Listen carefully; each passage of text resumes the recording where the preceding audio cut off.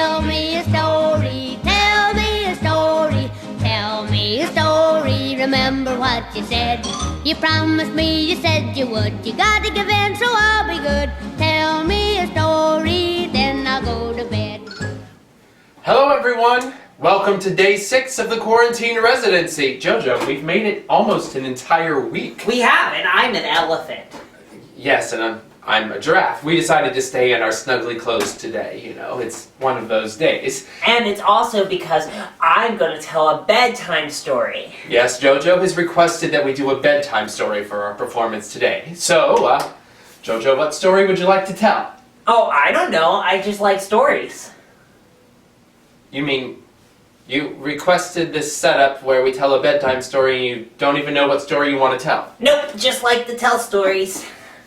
Okay, then I guess I should choose a story for us. I'm gonna go off the top of my head, first thing that comes. Oh, well, that's actually not really the right season, but it's what came in, so we're gonna do Christmas Carol by Dickens. Oh, is that the one that starts with Once Upon a Time and ends with They Lived Happily Ever After?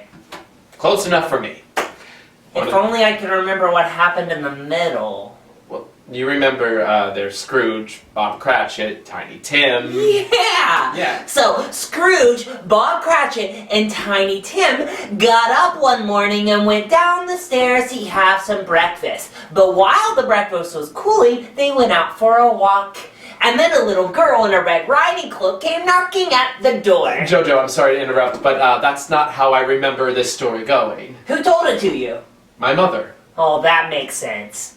This one's by Dickens. Ah. Well, no one answered the door when the little girl knocked, so she went right inside to watch an SVU marathon. Like you do. And then she saw the bowls, so she went and she tried the first bowl, and it was too hot, and she tried the second bowl, and it was too cold, and she tried the third bowl, and it was just right. Jojo, that's Goldilocks. No, it was porridge.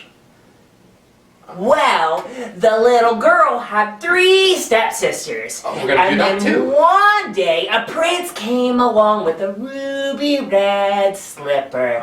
And he tried it onto the first stepsister, and it was too hot. And he tried it on the second stepsister, and it was too cold. And he tried it on the girl in the Red Riding Cloak, and it was just right. And you know who got the money?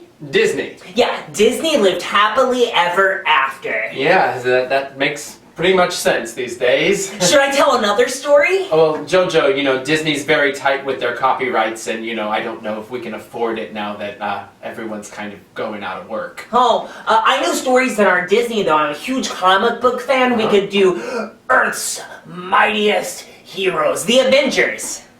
Jojo, the Avengers are owned by Disney. Oh, what about, like, some sci-fi stuff, like Star Wars? Also owned by Disney. Oh, well, we could do, like, a TV show. How about Grey's Anatomy? ABC/Disney.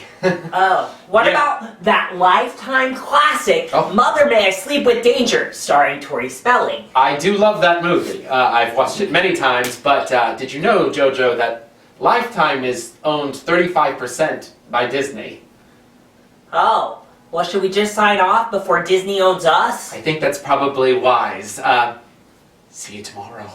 You're welcome.